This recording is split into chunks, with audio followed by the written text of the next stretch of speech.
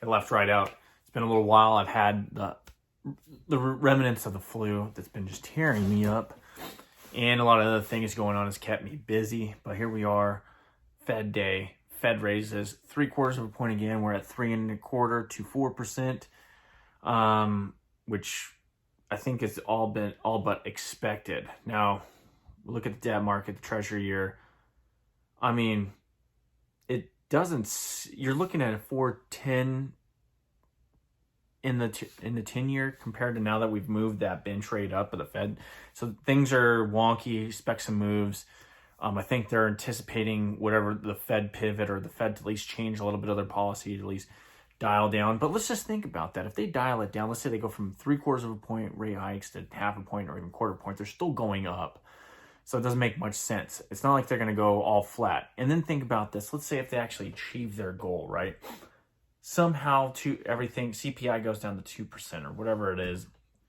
Does that mean they're going to like reverse course, change policy, go all the way to 0 if everything's looking hunky-dory like they say it is, and they get it down to 2%? No, why wouldn't they just keep it the same? I mean, it doesn't make any sense. I don't understand where they're getting this from. I do think that they're going to eventually go back to cutting and monetizing and whatnot because things are pretty bad. Unless you're part of the upper third of American society, probably getting devastated out here in the real world. Anecdotally, I just went to the market. You see eggs up to 18 something dollars now, popped right back up. A number of other, I was looking at another number of other things, prices, right? Ice creams. You also had news coming out for more avian flu watches coming out of Iowa, where the original one earlier late last year, or earlier this year, can't remember exactly when that one hit, wiped out, millions of birds. So look at, your Thanksgiving meal going up. Diesel's still sitting at about $5, a little over $5 a gallon. It's pretty crazy. I mean, there's all sorts of pressures. Now, let's get to it. There's one other guy out there, Greg Manarino, who's mentioned this, as have I. If they really want to get inflation under a grasp, why don't they just raise the reserve rates of the banks? It's essentially at 0, which means they can just create money essentially out of thin air. They don't have to hold deposits. And that's specious in itself. That's just pure asinine. So why don't they just raise the reserve requirements up to 5% or something like that? I mean, that would rein in actual inflation, actual monetary. I mean, you've got that multiplier effect because right now they are, we had, the balance sheet's coming down, interest rates are going up. So that, in that sense, that is deflationary. But you see on the consumer credit side, the Americans, they want their shit, all right? And they will slap it on plastic if they can.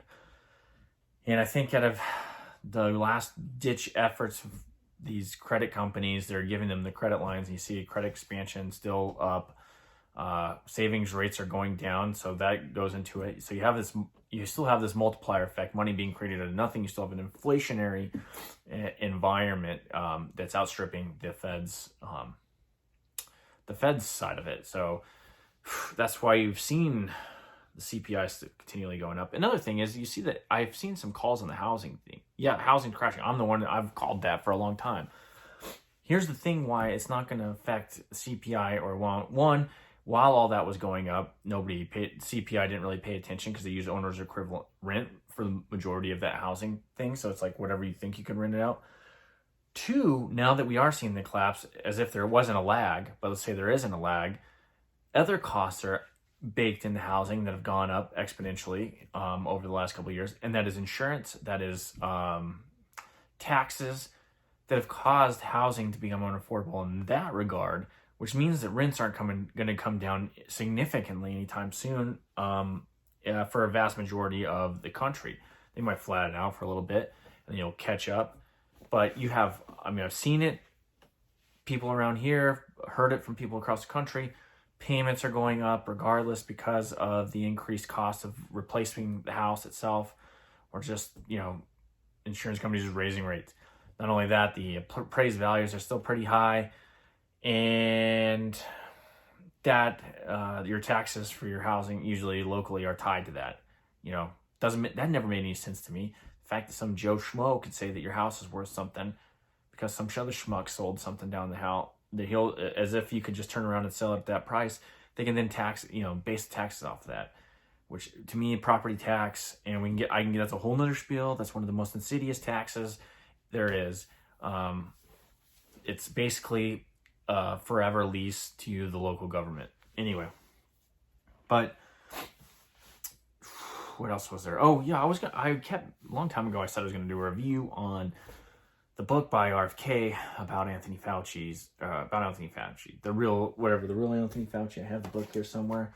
Read it. He just came out with the actual film documentary. Just watch that. It's free. I don't have a link right now. Let's see. I got it up on here. The Real Anthony Fauci on freedomplatform.tv. If you want to go there, you can watch it for free for like the next couple days. Amazing. Great work. A lot of stuff we knew. A lot of stuff you didn't know about this guy. Nuremberg 2.0. That's all I got to say. This guy, I cannot believe he is walking free, especially after all this. And for you guys that are just now waking up, you've all been duped for the last couple of years. You didn't realize what was going on. You didn't see it, and as it was going on, you were egging on to people and falling in line with whatever was being said.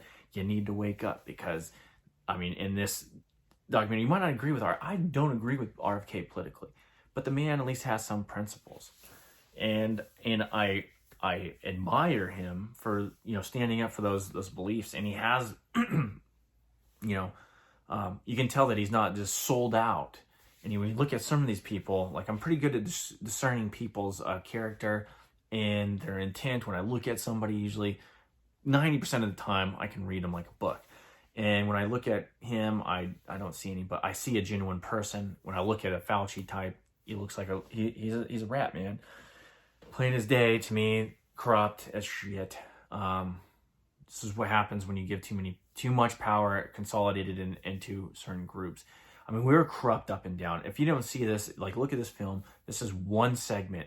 This is basically, and he does, the great thing is, in here they go into the Eisenhower speech, which probably, in RFK, I agree with him completely, probably the most important speech ever delivered in American history.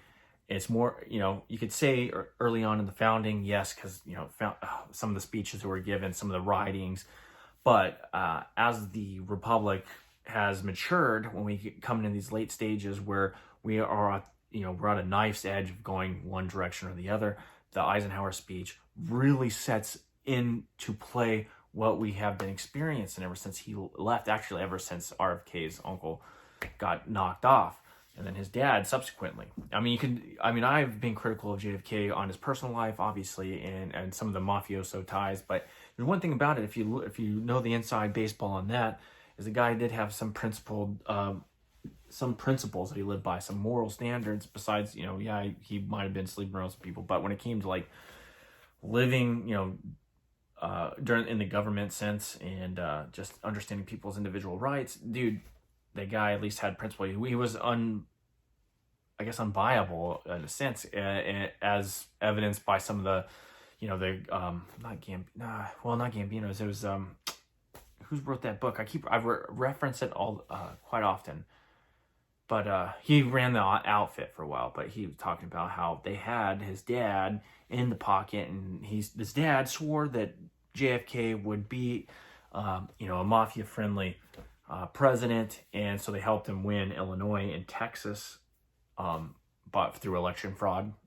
Okay, I said it, but they did. And then he turned around and backstabbed him and his brother, because they were more virtuous when it came to those kind of things. When it came to overarching macro principle things, maybe they cheated on their wives and stuff. Yeah, everybody has, nobody's a saint, all right. But in general, they were principled men, and it's pretty amazing some of the things that they let out after, Eisenhower let out, then JFK let out. They realized what is actually going on. It gives us a glimpse of what was happening and what's continued to happen. In fact, ever since they were gone, that coup, it was a coup when JFK was knocked off. Ever since then, and then RFK knocked off, ever since then, you've seen the corruption just metastasize, unlike anything we've ever experienced, obviously. Because we're experiencing it right now. But I mean, even you read through history, this is pretty astounding. But it is just one of those things. I have to end this quickly because I got to go pick up my daughter. But it's just one of those things when you watch this documentary, when you read the book, when you've experienced the last couple of years, and especially you haven't woken up, you're just waking up to this, then you're just like, what in the hell? But the other thing along that lines we're going to end this real is people are calling for amnesty. Hell no. You ruined my life. You ruined everybody else's life. You destroyed businesses. You had people's parents, kids, loved ones dying and they couldn't see them. You did all this. And it was anti-science. You masked us, you demasked, or you did all this stuff that was, went against some of the data that was coming out, against some of the people that were telling you what was going on. They had, some of your own intelligence to, cover your own tracks, to fall in line with some kind of government policy. Whatever the case may be, is you might not even have known that, and you just went along with them, and you berated your neighbor, berated the person that happened to be just wanting to get some damn fresh air, didn't want to take some sweet and sour sauce jab. No, not at all. Somebody's got to fry somebody's head. Somebody has to be held accountable so this doesn't happen again. I don't understand why. I mean, I want heads. I want heads. Not vigilante style. We want actual trials. We want evidence. We want juries. We want people held accountable, and we want full disclosure. Now, another thing, when it was pretty enlightening in there, is they talk about, and I've always thought about this, why would these guys put this stuff in email? Well, they kind of do a little bit, and you have to kind of read it in between the lines, because they're not stupid. I mean, sometimes they're blatantly obvious. Some of the stuff they do, they, communicate in other ways, like in meetings, and you might get some secondary, like, somebody overheard. You might get somebody to leak some of the stuff that some people kind of leak stuff in memoirs or books. You get some of that. But they do use burner phones. They do use different means of communication that we'll never figure out, more than likely, unless you have some kind of intel organization that's actually not in league with the Five Eyes that's picking up the stuff that leaks it. But, if you watch the documentary, and I can't remember it in the book, though, but one of the guys, I guess, wrote... some dude from England wrote something. They were talking about how him and the cohort of Fauci and company would use burner phones at certain times.